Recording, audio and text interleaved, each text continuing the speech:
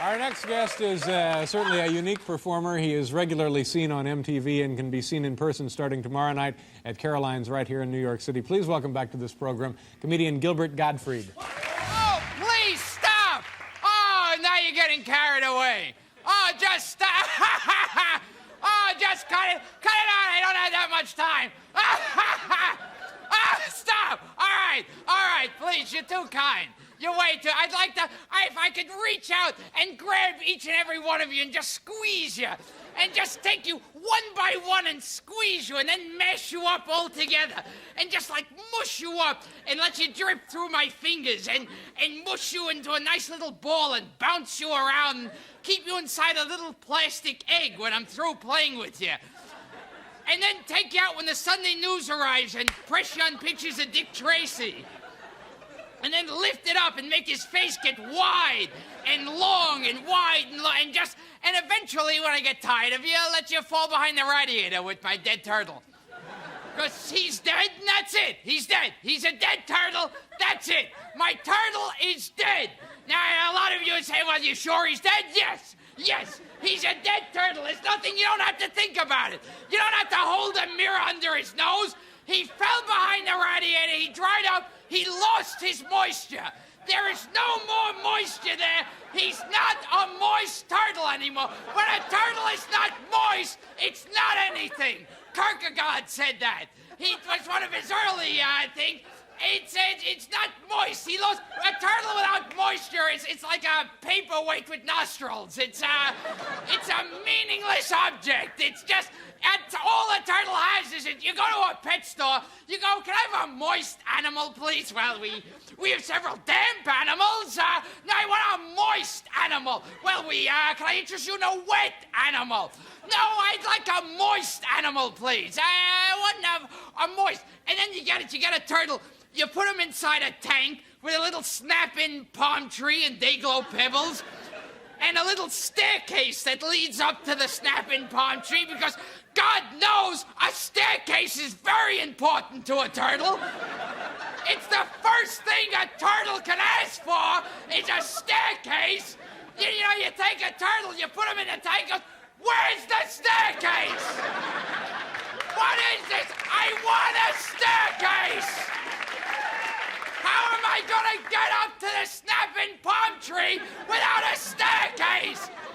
Once I got a turtle, I put him into the tank with no staircase. He stayed up the whole night standing on two legs going, damn you!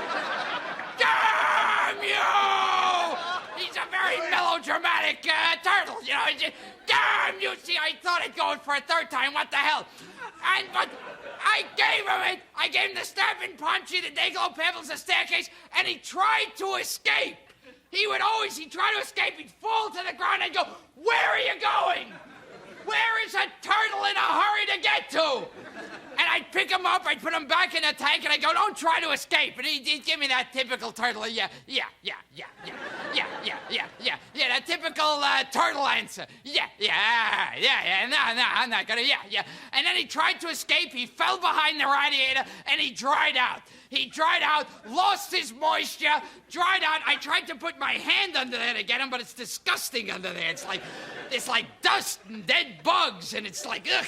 And I tried with a broom, but, you know, you can't. There's nothing to hook around with a broom. The broom's not curved or anything. So you push it under the radiator, and you wind up pushing them further back and then knocking them from one side to the other. It's like playing pool with a dead turtle. It's like, you know, you're just hitting this disgusting, it's not even green anymore. It's like a grayish, brownish, unmoist color.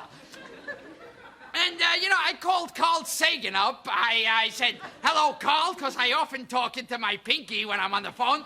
I said, hello, Carl, there's a dead turtle under my radiator. He said, did you try with a broom?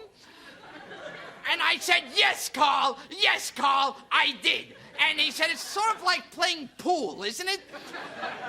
And I said, bingo, Carl, bingo. Bingo Carl was a famous musical comedy about Karl Marx. Bingo Carl, Norman Feld played him. It's a long story. I wouldn't worry about it. But you know, just the other day I was talking to Kurt Waldheim. I was in Austria. I figured I'd stop in and say hi. So he said to me, Kurt said this to me. He said, a few years ago, I was in Germany, and me and my wife were having our picture taken. Well, who walks next to us right as the picture's being taken? Adolf Hitler. Boy, go figure the chances of that happening. I didn't even know this guy. The one time I have a picture taken, Hitler walks into it. And,